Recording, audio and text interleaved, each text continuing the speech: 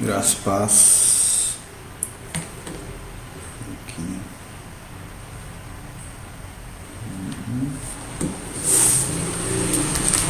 Então, nós vamos falar sobre as bênçãos que Cristo ele adquiriu para nós na cruz, né? Esse é o tema central da Escritura Sagrada de redenção.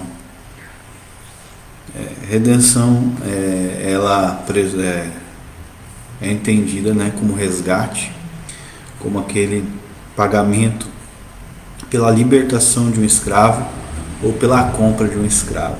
Essa é uma das bênçãos que Jesus adquiriu para nós. Antes de falar sobre isso, eu vou falar primeiro sobre o representante, né, de toda a raça humana, né? Deus sempre lida com o representante da raça humana.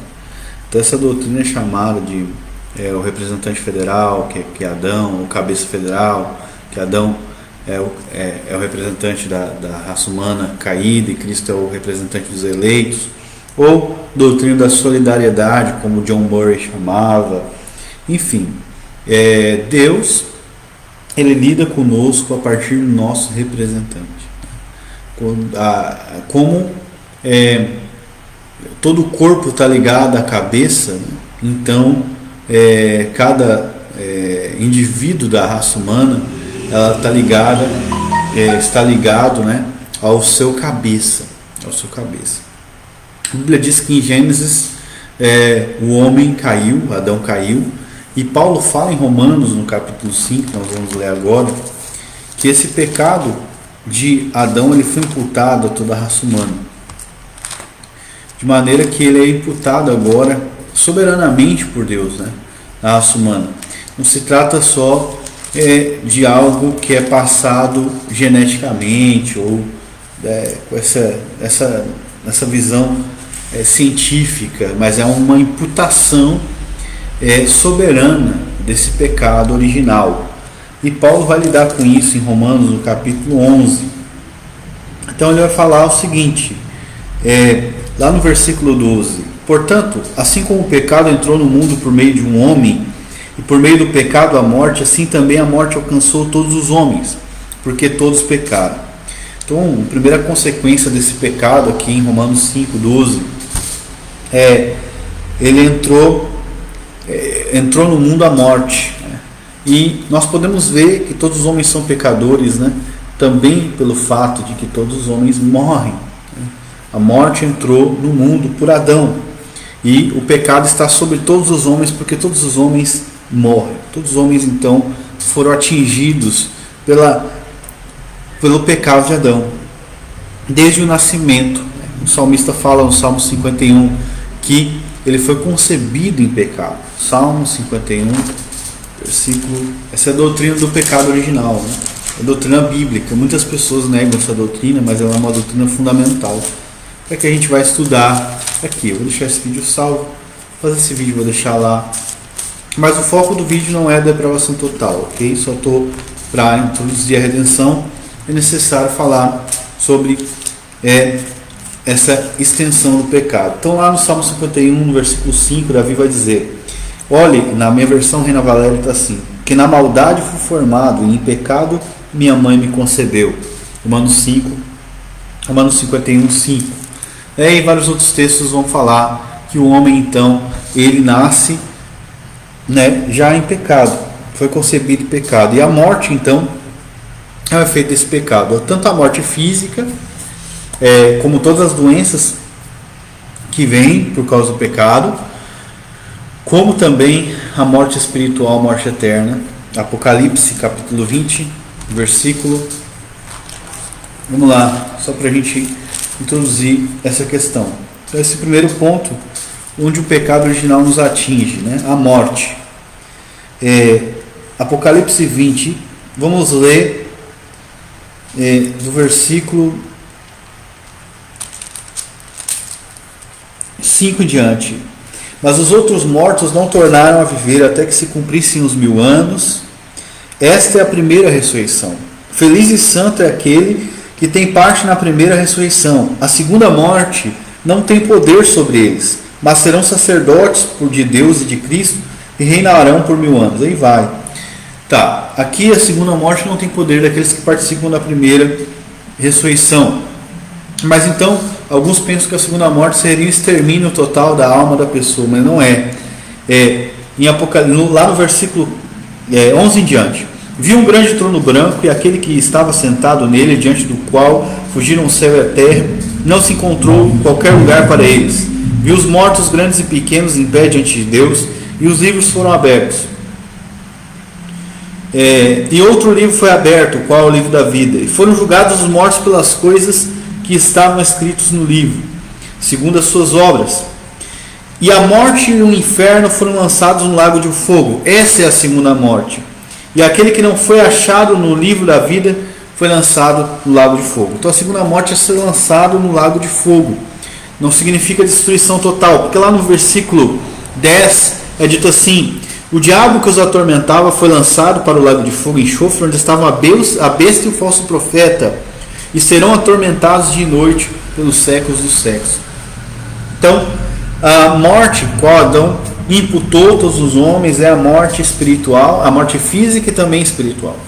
Existe em nossa ontologia, digamos assim, depois da queda, a morte, a separação espiritual de Deus que nós experimentamos na vida enquanto não somos regenerados, e a separação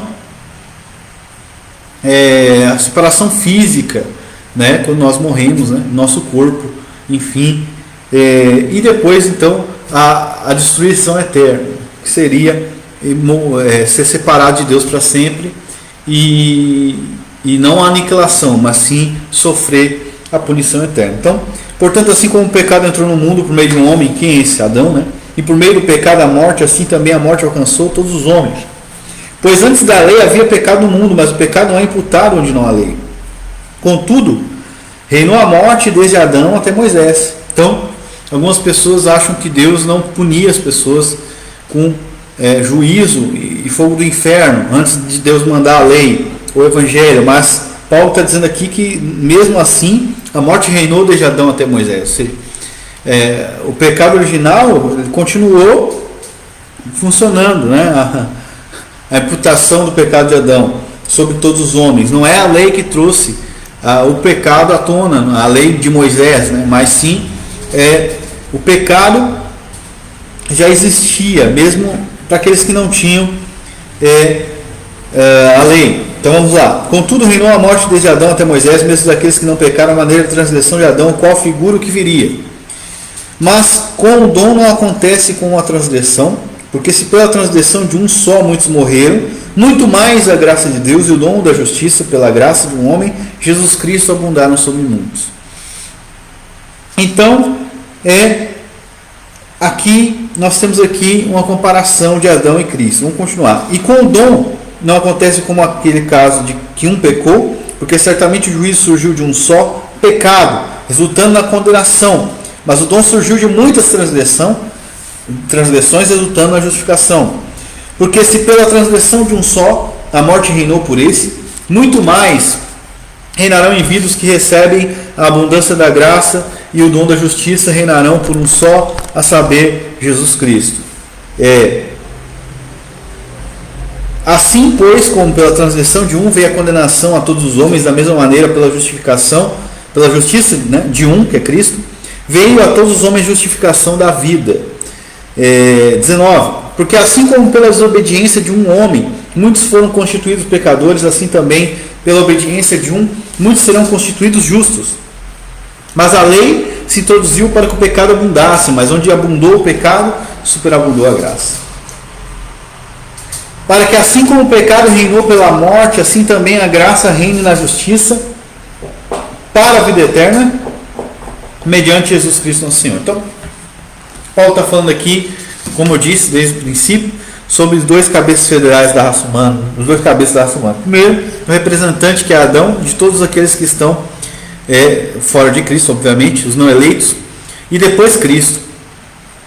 E a imputação desse pecado de Adão, ela não foi feita pela escolha da pessoa. Da mesma maneira, a imputação da vida, aqueles que recebem o dom da justiça, também não vem por uma escolha da pessoa, né? Vem por um ato soberano de Deus. Da mesma maneira que Deus soberanamente imputou o pecado de Adão sobre muitos, Deus vai agora imputar a justiça de Cristo sobre muitos, aqueles que creem, claro, que recebem o dom da justiça, que recebem o dom de Deus, né? Que recebem a fé. Então, para a gente falar de todas essas bênçãos que nos acompanham, é interessante perceber o poder do pecado. O primeiro poder, então, é o poder da morte, né? Então a pessoa não precisa... O que ela precisa fazer para ir para o inferno? Nada. Ela já nasce, né, condenada ao inferno. Ela nasce condenada ao inferno, e a morte já reina no seu corpo. Já reina no seu corpo mortal, né, na verdade, em todo o seu ser. Quem nasce totalmente depravado, todos os homens. Então, ela não precisa fazer nada. Então, Deus, que vai acontecendo conforme a pessoa vai pecando? Obviamente, a ira de Deus vai sendo acumulada sobre ela, né? Então, ela é pecado sobre pecado e sobre pecado. Mas é interessante porque a vida do Espírito, ela trabalha de maneira muito mais poderosa do que o pecado de Adão. Então, se Adão conseguiu colocar o homem num ciclo pecaminoso desgraçado de morte, Cristo então vem e coloca agora aqueles que são parte do seu corpo, aqueles que são unidos com ele, num ciclo de vida, né? Muito mais agora aqueles que recebem a abundância da graça e do dom da justiça. Ou seja, o pecado veio de uma só ofensa de Adão, mas agora a nossa vida, ela vem de muitas ofensas, ou seja, todos os nossos pecados, a graça vem e superabunda sobre eles. Então a graça vem, ela nos dá vida, ela nos dá uma vida superior à morte que vem de Adão. Então nós temos aqui um ato de Adão e um ato de Cristo. O ato de Adão, então, provoca um efeito contingente de pecado e de morte gigantesco, mas agora nós temos um ato de Cristo, da redenção na cruz do Calvário, nossa vida, onde ele imputa sobre nós um poder de vida, um poder vivificante muito maior do que o poder do pecado de Adão. Nisso nós só podemos alcançar pela fé. Só podemos alcançar pela fé, que é um dom de Deus. Enfim, né? Então a regeneração, ela produz essa fé, na verdade, essa vida do Espírito. Faz com que nós abraçamos a graça de Deus. Então Deus nos considera justos diante de Deus. Bom, a gente vai ver agora cada ponto dessas bênçãos da redenção. Então a primeira bênção, como o homem está morto espiritualmente, a primeira bênção espiritual é a vida. Em Efésios, no capítulo 2, versículo 1, é dito que ele, estando nós mortos nos nossos delitos e pecados, ele nos deu vida, juntamente com Cristo. Isso fala da união, de uma união de Cristo com a igreja. E é interessante porque no calvinismo, a união de Cristo com a igreja, ela produz tanto a regeneração quanto a justificação. É uma coisa junta, tá junta. A união de Cristo, a união nossa com Cristo, é que faz nós recebermos todas as bênçãos espirituais. Não é a justificação que faz nós recebermos todas as bênçãos espirituais. Não é a nossa fé, mas é a união da igreja com Cristo. E quando nós estamos unidos com Cristo, porque nós fomos unidos por Deus, pelo Espírito de Deus com Cristo, que é a palavra de Deus encarnada, que é o próprio Deus, a própria verdade, então nós recebemos todas as bênçãos espirituais. A primeira é a vivificação, a primeira é a regeneração, que também é chamada de novo nascimento ou vivificação. É como alguém que está morto e passa a viver de novo. Essa vida do Espírito faz... Qual que é o efeito dela? Assim como o poder do pecado de Adão e da morte de Adão fez com que toda a raça humana se inclinasse naturalmente para o pecado, agora a vida que vem do Espírito nos faz nos inclinar para as coisas de Deus de maneira natural, de maneira que João vai dizer que aquele que é nascido de novo não pode viver na prática do pecado, porque o que permanece nele é a divina semente e não pode viver pecando porque é nascido de Deus. 1 João 3,9. Ou seja, é uma vida poderosa do Espírito, é uma infusão de vida, de inclinação para Deus, não para a morte, mas para a vida, uma inclinação para as coisas do Espírito, né? Então, essa vivificação, ela traz isso. Outra coisa que nós podemos ver como exemplo dessa vivificação são os sentidos, por exemplo. Os sentidos, eles são nós podemos usar aqui como exemplo, porque a Bíblia diz que o homem, Satanás, ele cegou o entendimento dos incrédulos, mas Deus vem nos dar luz, né? Lá em 2 Coríntios 4:4-6. Então ele ilumina nossos olhos. Então essa vida do Espírito também nos faz entender as coisas do Espírito. Além de nos inclinar para as coisas do Espírito, ela nos capacita a entender as coisas do Espírito, a desejar, a ter uma mente clara, uma mente clarificada para as coisas de Deus. Isso também é influência da regeneração, obviamente, da iluminação do Espírito Santo. E também os ouvidos também são, como diz lá, até o dia de hoje, Deuteronômio 29, né? O Senhor não vos tem dado ouvidos para ouvir. E Jesus diz muitas vezes: quem tem ouvidos para ouvir, que ouça o que o Espírito diz às igrejas. As minhas ovelhas ouvem a minha voz. O que é isso? Aqueles que estão mortos ouvirão a voz do Filho e viverão. João 5. O que quer dizer isso? Isso é a vida do Espírito. O chamado eficaz de Deus, que gera a vida em nós, nos faz ouvir a voz de Deus e nos faz ser dirigidos por Ele. Então, isso tudo está na nossa união com Cristo. Na nossa união com Cristo. A carne, obviamente, ela vai sempre militar contra o Espírito. Ela vai sempre militar, mas agora a nossa inclinação, ela não vem de nossa capacidade, nem do nosso próprio desejo, do nosso esforço. Ela vem de uma infusão, ela vem do nascimento, ela vem de uma força que está além da nossa compreensão, porque Deus, assim como Adão, ele não fez nada não fez nada. Os que descendem de Adão não fizeram nada. Né? Os que descendem de Adão não fizeram nada para ter essa inclinação para o pecado. Esses, então, que recebem essa infusão do Espírito, não fazem nada para essa inclinação das coisas de Deus. Eles são inclinados para ela de maneira natural.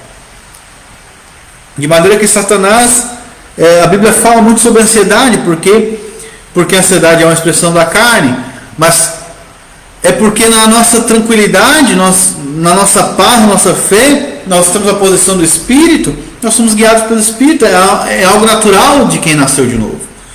Então, quando a gente fica ansioso ou incrédulo, nós vivemos pela carne, nós esquecemos da nossa posição em Deus, né? Satanás, então, ele busca de todas as formas nos deixar ansiosos, se nós não entendemos alguma coisa, ou isso ou aquilo. Então nos deixa perturbados, porque ele sabe que na nossa própria inclinação natural, na nossa própria vida natural, na nossa própria ontologia que o Espírito Santo plasma em nós, ele não pode nos arrebatar desse fluxo de vida. Então, ele espera o momento certo, ele anda ao redor como um leão, esperando alguém que possa tragar. Então, Pedro diz, lançando sobre ele toda a vossa ansiedade. Por quê? Porque ele espera o momento, como um leão, porque ele vê que ele não tem poder sobre a vida do Espírito. Ele não tem poder. Então ele espera que você fique ansioso, que você saia da sua posição, no sentido, não que essa vida não vai estar mais sobre você, ela está, mas você vai parar de andar no fluxo do Espírito. Então nesse momento em que você fica ansioso, você para de renovar sua mente pela palavra de Deus, que é a sua natureza nova, ele vem e captura você, temporariamente atrasa você, se você nasceu de novo. Ele não pode, a Bíblia fala lá em 1 João 5,18, que, vamos ler aqui, 1 João 5, falando sobre Satanás, ele não nos toca, mas isso não significa tocar literalmente no sentido só de tocar. A palavra grega ali é agarrar, significa que ele não pode prender você, mas ele pode dar em várias investidas, e tem muitos crentes que sofrem nas mãos de Satanás por não entenderem isso. Toda injustiça é pecado, 1 João 5,17. E há pecado que não é para a morte. Sabemos que todo aquele que nasceu de Deus não continua pecando, mas aquele que foi gerado por Deus o guarda, e nele o maligno não toca. Então a promessa de Deus, realmente o maligno não vai tocar. Mas quando nós saímos da nossa e ficamos ansiosos, ele não pode nos agarrar, mas ele por um tempo nos como é que eu vou te dizer assim, nos deixa escravos de certos pecados, medo, depressão, angústia. Mas ele não pode agarrar, ele não pode prender você. Isso aí, se você vê o grego, A palavra não toca significa isso. Não significa que você nunca vai enfrentar, né? Então, mas falei da vida do Espírito, falei da morte e da vida do Espírito. Só que tem outra coisa também. Nós somos escravos do pecado, a Bíblia diz.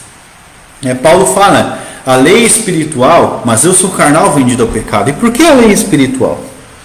Porque foi o Espírito Santo que produziu a lei. E ela vem da natureza do Espírito.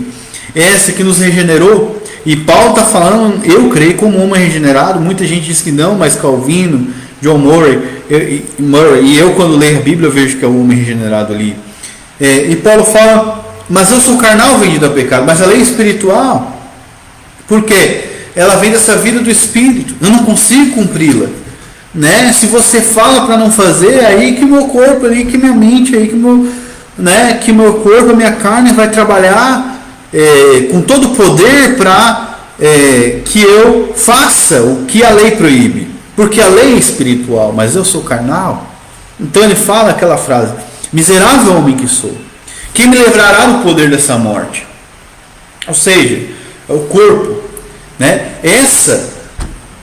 Isso é ser escravo do pecado. Eu sou carnal, vendido ao pecado. Claro que Jesus nos libertou do pecado, mas ele continua essa aplicação da redenção do pecado dia após dia, né?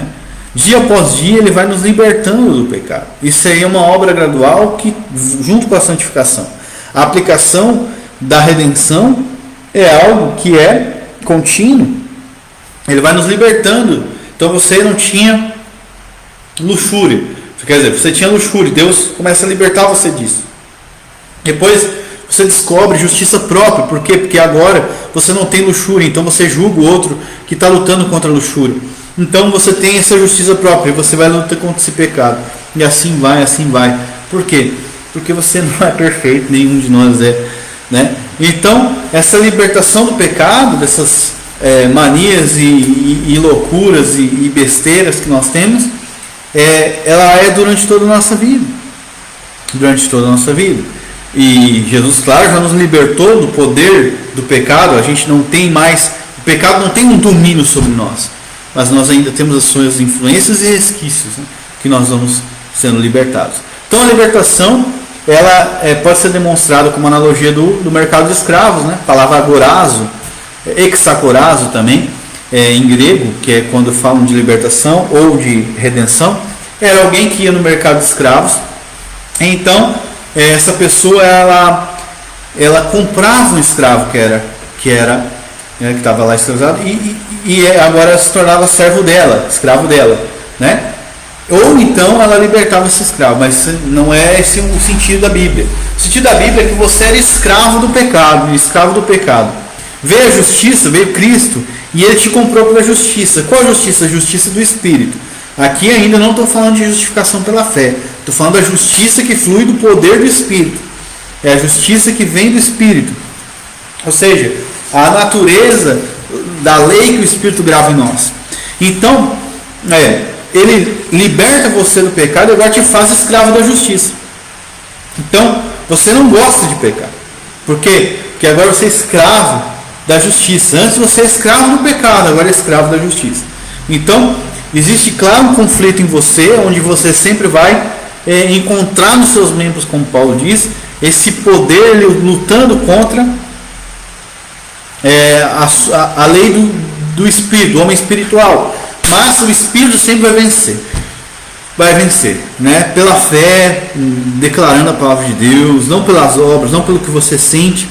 Se eu fosse viver pelo que eu sinto, eu já tinha me matado, né? Ou pelo que eu penso, ou por pensamentos imundos e inúteis. Então eu já tinha, mas não, eu vivo pelo que a palavra de Deus diz. O Espírito Santo, ele gera fé em mim, naquilo que ele prometeu. Então, baseado nas promessas de Deus, o Espírito Santo nos faz agarrar elas e começa a nos libertar do poder do pecado assim. Muitas vezes é um tratamento difícil, mas Deus nos disciplina às vezes para que a gente possa desenvolver a nossa salvação. Então ele nos tira da letargia muitas vezes, né? Então essa é a libertação do poder do pecado. Então depois nós temos agora depois da libertação do poder do pecado, nós temos o perdão dos pecados, nós podemos dizer. Por quê? Porque nós tínhamos que pagar os nossos pecados, né? Então Jesus, ele paga os nossos pecados. Essa doutrina é chamada de satisfação. A Igreja Católica, ela não acreditava na satisfação dos pecados, ok? Ela fala que ela ensinava, né, na época dos reformadores, que Cristo não tinha satisfeito os pecados, ele tinha nos perdoado em um sentido instrumental. Então, mas só que a satisfação, Cristo pagou os nossos pecados. Isso vai entrar na substituição penal. Então, nós devemos ser punidos pelos nossos pecados, mas Cristo foi punido em nosso lugar. Isso ainda não é imputação da justiça de Cristo, só para você entender. Isso é só o pagamento dos nossos pecados. Ele foi o sacrifício vicário pelos nossos pecados. Isso é a doutrina da satisfação, se chama. Cristo morre pelos nossos pecados, ou seja, ele paga pelos nossos pecados, nós que cremos. Enfim, realmente, depois nós vamos falar sobre isso. É importante falar sobre isso que a menina falou aí, sobre as bênçãos que nós recebemos aqui na vida, né? Inclusive, nos resgatar da maldição da lei. Nós vamos falar sobre isso. Quando a gente fala sobre resgate, Cristo nos resgata da maldição da lei. Quais são as maldições da lei lá em Gálatas 3? Todas as maldições de Deuteronômio 28, inclusive a pobreza, a desgraça, a doença. As pessoas elas negam que Cristo tenha morrido pelas suas doenças, mas ele morreu. Verdadeiramente ele levou sobre si as nossas enfermidades. Lá em Isaías 53, Pedro fala, né, pelas suas pisaduras fomos sarados. Então, essa é a doutrina da aplicação da redenção de Cristo. Também se inclui cura física, não só libertação do pecado, e também inclui libertação da maldição e a pobreza, a maldição da lei. Então muitos calvinistas não vão defender isso, porque acham que é doutrina da prosperidade. Não, a prosperidade, a teologia da prosperidade, ela vai dizer que quando você dá para Deus, você recebe. Não, isso não tem nada a ver com dar para Deus. Cristo te resgatou dessa maldição. Tem nada a ver com você dar uma oferta e receber o dobro. Tem a ver com Cristo te resgatou disso. Você não precisa ser uma pessoa pobre, miserável. Entendeu? É essa a maldição da lei que Cristo te resgatou. Isso está incluído na doutrina do resgate. Mas vamos continuar. Então, tem a propiciação. O que é a propiciação? Então, Cristo pagou os nossos pecados, mas Deus está virado. Então o que ele fez? Ele propiciou. Propiciatório, então, era aquela tampa que tinha lá na Arca da Aliança, né, onde tinha lá os querubins. Então era lançado o sangue da propiciação lá, e a ira de Deus não caía sobre a nação. Então a ira de Deus ia cair sobre nós. Então ela caiu sobre Cristo. Cristo recebe a ira de Deus. Algumas pessoas falam como se ele tivesse desviado a ira. Ele não desviou, ele recebeu toda a ira de Deus que iria cair sobre nós. Isso é muita glória, né? Se nós não cremos nisso, realmente não serve mais, não resta mais sacrifício pelo pecado. Então a gente pode dar a Deus a nossa vida, porque essa é a maior doutrina que existe. Então Cristo, ele morre pelos nossos pecados, ele se torna o nosso representante federal e ele se torna nossa propiciação. Ele é a cobertura da ira de Deus, ia cair sobre nós, e Cristo então ele nos cobre. Então cai sobre ele, não cai sobre nós. Outra coisa, junto com isso está a reconciliação. Por quê? Lá no Éden existiam 2 querubins que foram colocados na frente da árvore da vida, junto com uma espada de fogo, para que o homem não comesse da árvore da vida. A árvore da vida aponta para Cristo, aponta para o Espírito, a vida do Espírito. Então, é a vida eterna. Então os querubins eles ficavam na frente. Quando você entrava no tabernáculo depois, lá na frente na lei, você tinha uma cortina, um véu dos Santos Santos, e esse véu ele tinha 2 querubins, porque ele representava esse caminho fechado. Então tinha um lugar santo e o Santo dos Santos, e no lugar entre o Santo e o Santo dos Santos tinha essa cortina, esse véu, e esse véu ele tinha 2 centímetros, 3 centímetros de diâmetro, mais ou menos, e esse véu então tinha os 2 querubins ali. Por quê? Porque a entrada para nós estava barrada. Mas agora Cristo ele nos reconcilia com Deus. E quando ele morre, a Bíblia diz que o véu se rasgou de cima a baixo. O véu do Santo Santo se rasgou de cima a baixo. Ou seja, os querubins abriram agora. Abriram para nós, para que a gente possa chegar até Deus. Né? Então, como nós somos miseráveis, mas glória a Deus pela graça de Deus. Então toda a história é Deus se revelando. Toda a história é Deus se revelando a nós. Né? E aqui nós temos a reconciliação. Então nós éramos inimigos de Deus e agora nós não somos mais, nós somos reconciliados com Deus.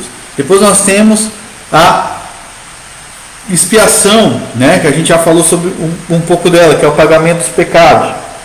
E por fim, aí nós temos a justificação, uma das coisas importantes que eu queria falar no vídeo, que é, então, além de Cristo ter perdoado os pecados, ele também nos deu a sua justiça. Então Cristo, ele obedeceu passivamente no sentido em que ele foi obediente. Então, na cruz ele foi um cordeiro mudo. E ele também foi obediente de maneira ativa. Ou seja, ele fez tudo que a lei mandava. Ele não apenas não roubou, ele não apenas não cobiçou, ele não apenas não fez, mas ele fez aquilo que a lei ordenava fazer também, não só não fazer. Então, a sua justiça positiva e passiva, né? Ativa e passiva, ela foi imputada sobre nós. Então, Deus nos considera justos por aquilo que Cristo fez.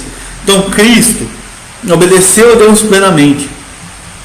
Cristo foi até a morte de cruz. Cristo obedeceu a lei. Então, Deus imputa a justiça de Cristo sobre nós. De maneira que, 2 Coríntios capítulo 5, 21 é dito: aquele que não conheceu o pecado, Deus o fez pecado por nós, para que nele fôssemos feitos justiça de Deus. Né? Em Romanos, no capítulo 3, não tem, é pura graça, só pela graça. Não tem, o diabo tenta, mas não vai. É a verdade de Deus.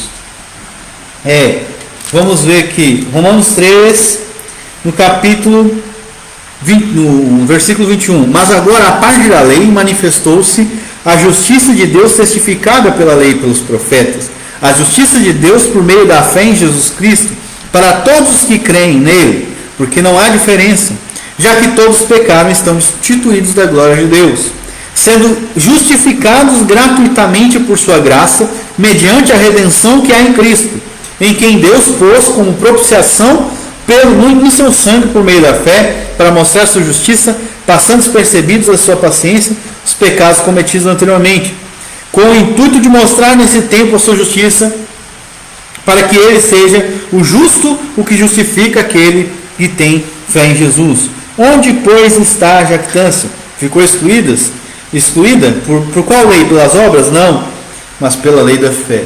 Então, pela fé, então, Deus nos considera justos. Mas essa justiça, quem justifica é Cristo. E ela é a justiça de Cristo, não é a nossa justiça. Isso é muito importante. Então, alguns grupos, até alguns semi-reformados aí e arminianos, defendem que quando Deus imputa a justiça sobre nós, Ele não imputa a justiça de Cristo, Ele imputa a nossa fé como justiça. Ele tem a nossa fé como justiça, mas não é isso que acontece. A nossa fé, ela não é a justiça que Deus nos cobre. Deus nos cobre com a justiça de Cristo. A nossa fé é um instrumento pelo qual Deus nos declara justos. Mas a justiça que foi satisfeita e que Deus imputa sobre nós é a justiça de Cristo. Essa é a chamada doutrina da imputação. Né? Imputação. Então, essas são as bênçãos, algumas das bênçãos espirituais que nós recebemos de Cristo. A justificação é a maior delas, porque ela não se trata só do perdão dos pecados, mas de uma adição de justiça. Deus não só nos perdoa, Deus nos considera justos. Deus nos considera justos diante dele. Então não é só você ser inocente, não, você tem justiça, não é a sua, é de Cristo.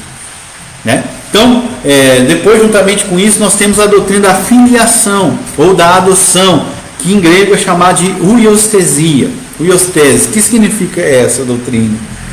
Deus nos adota como filhos na sua família espiritual. Então Deus agora pega o órfão, nós não tínhamos pai, e nos tem como filhos.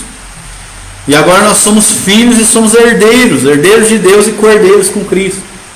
E para que nós andamos como filho dele, Deus coloca o Espírito do próprio Filho dele em nós. Essa adoção, na cultura grega, quando você tinha um escravo, você podia, quando você tinha um filho, você podia deserdar ele.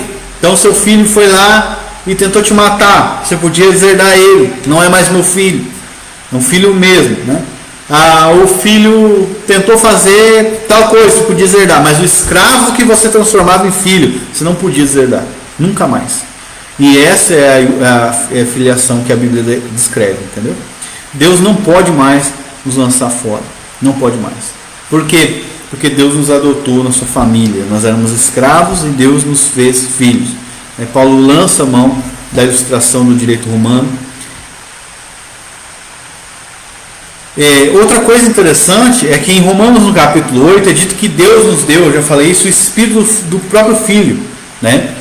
Porque não apenas Deus agora nos dá o direito de sermos filhos de Deus, mas Deus nos transforma, isso está ligado com a regeneração, e nos dá o espírito de nobreza, que é o espírito do próprio Filho dele, o espírito de sabedoria, de entendimento, né? De maneira que, bom, eu adotei eles, mas eu quero que todos eles sejam como meu filho, porque ele é o primogênito de muitos irmãos, e todos os eleitos eles estão sendo formados conforme a imagem de Cristo, não conforme a sua própria imagem. Então, o que eu vou fazer agora? Eu vou colocar dentro deles, agora desse vaso fraco de barro, a minha glória, o meu espírito. E agora eu vou se tornar para eles sabedoria, justiça, santificação e redenção. 1 Coríntios capítulo 1, versículo 30 e 31. Ou seja, Deus se tornou para nós, através do Espírito. Cristo se tornou para nós, o Espírito de Cristo. Sabedoria, justiça, santificação e redenção. Então, mais uma benesse que nós recebemos da parte de Deus. O Espírito de Deus é a própria sabedoria de Deus em nós. É a própria justiça. A própria redenção. A própria santificação. Então, por que um crente não vai deixar de prevalecer? Porque Cristo se tornou para ele sabedoria, justiça, santificação e redenção. Então, no momento de adversidade, ele sabe como agir, porque Cristo se tornou para ele sabedoria, ou seja, o Espírito é o Espírito da sabedoria de Cristo. Entende? Para ele. Então, nós temos isso aí. Depois nós temos outra coisa para falar sobre o conhecimento de Deus. Então, uma outra bênção que Deus nos dá através do seu Espírito é o conhecimento de Deus. Lá em Jeremias, no capítulo 31, é dito que Deus não ensinaríamos mais nenhum ao seu próximo, porque todos conheceriam a Deus, né? Que ele colocaria o seu Espírito em nós, lá em Ezequiel 36, 26, 11, 19, enfim, e faria com que nós obedecêssemos a ele, mas também que nós conhecêssemos a ele. Em Isaías 54, 13 também é dito, né? Todos os teus filhos serão ensinados do Senhor, e Jesus cita isso em João 6, 45. E em Hebreus capítulo 8 e também no capítulo 10 é falado novamente isso.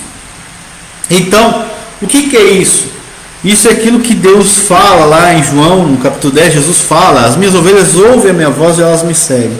Ou seja, o Espírito Santo ensina constantemente os filhos de Deus como eles devem andar, de que maneira eles devem andar, como eles devem agir. Ele é agora a fonte de conhecimento, a fonte epistemológica daqueles que nasceram de novo.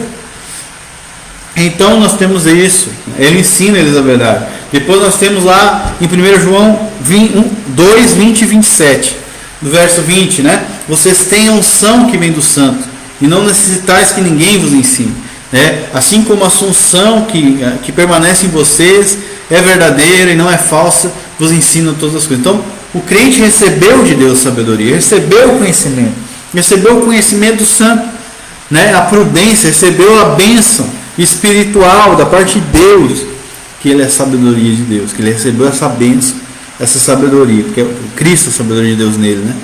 Então, o que acontece? Essa é uma bênção espiritual, né? Porque você não vai aprender meramente com estudo.